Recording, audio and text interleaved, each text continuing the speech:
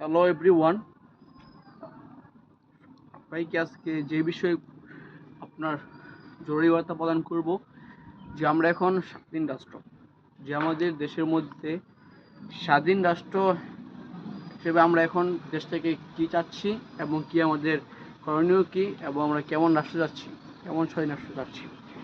স্বাধীন রাষ্ট্র বলতে আপনি এখানে একজন কথা বলবেন যাতে আপনার যতদিন স্বৈর শাসক ছিল আমাদের দেশে, তারা রাজত্ব করছে, তাদের থাকা অবস্থায় আমরা কোনো সঠিক কথা উচিত কথা বলতে পারিনি। এর কারণে এই সঠিক কথা না বলার কারণে আমরা একটু তাদের বিপক্ষে কথা বললেই তারা আমাদেরকে প্রহসন দিয়ে চাপ দিত, প্রহসন থেকে আমাদের অনেক কথা আসতো। কিন্তু এখন আমরা চাচ্ছি যে এসব জিনিস থেকে আমার কথা হচ্ছে যে সবাই এখন দেশকে সামনে নিয়ে চেষ্টা করবে। শুধু একটা দলই দেশটাকে চালাবে তা না, আপনাকে আমি ক্ষমতা দেব, আপনি ক্ষমতায় থাকবে আপনার, কিন্তু আপনি কিন্তু এই দেশটাকে, দেশের যে সমস্যা সকল ঝামেলা সমাধান করে পুরা বিশ্ব, পুরা দেশের পুরা সব জনগণ মিলে। কিন্তু যদি এখন আমি বলি যে আমরা স্বাধীন রাষ্ট্র হিসেবে কী কী চাই, আমরা স্বাধীন রাষ্ট্র হিসেবে চাই যে আমাদের কথার যে ধরনটা, যাতে এই কথা নিয়ে তো কোনো মানুষ আমাদেরকে মাইন্ডে না বলতে পারে। তারপর ছাত্রদের যে ইয়েটি বলি, ছাত্রদের যে বিষয়টা সেটা নিয়ে বললে আপনার ছাত্ররা যদি হয় এখন থেকে আপনার প্রেসিডেন্ট যেই হোক না কেন, ছাত্রদেরকে নিয়ে কথা বলার আগে সে দু একবার ভেবে চিন্তে কথা বলবে তাদের মাইন্ড। এখন আপনার দেশের শিক্ষা ব্যবস্থাকে ভালো করতে হবে, মানে অনেক শিক্ষা ব্যবস্থাকে ইয়ে করতে হবে।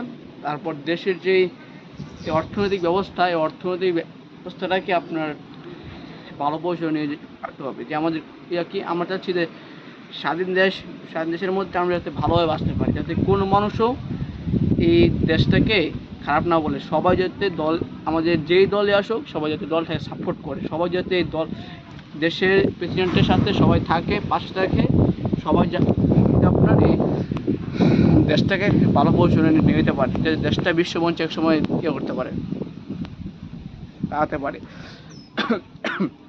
সবাইকে বলবো তাদের মাইন্ড স্বাধীন দেশ হিসেবে আমরা চাচ্ছি যে দেশের ইসলামিক যে খেলাফত ছিল, দেশের যেই আসুক ইসলামিক খেলাফত চাই, ইসলামিক শাসনতন্ত্র অনুযায়ী আমরা দেশটাকে পরিচালিত করার চেষ্টা করব।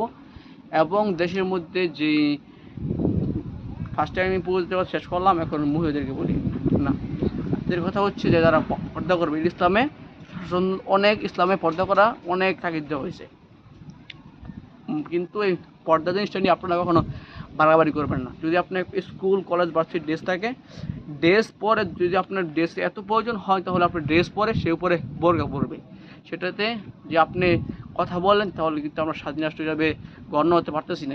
এইসব কারণে কিন্তু আমরা দেশে করি নাই, আমরা স্বাধীন করছি দেশটাকে ভালো পজিশনে নেওয়ার জন্য। আমরা করিনি স্বাধীন যে আপনার দেশটাকে কীভাবে আরও নিচে নামাবো। এখন সবাই চাচ্ছে, যা এখন আমি প্রেসিডেন্টের নামটা বলতেছি না, যে কাকে প্রেসিডেন্ট করলে দেশটা খুব ইয়ে হতো, দেশটা খুব ইয়ে হতো, ভালো হতো।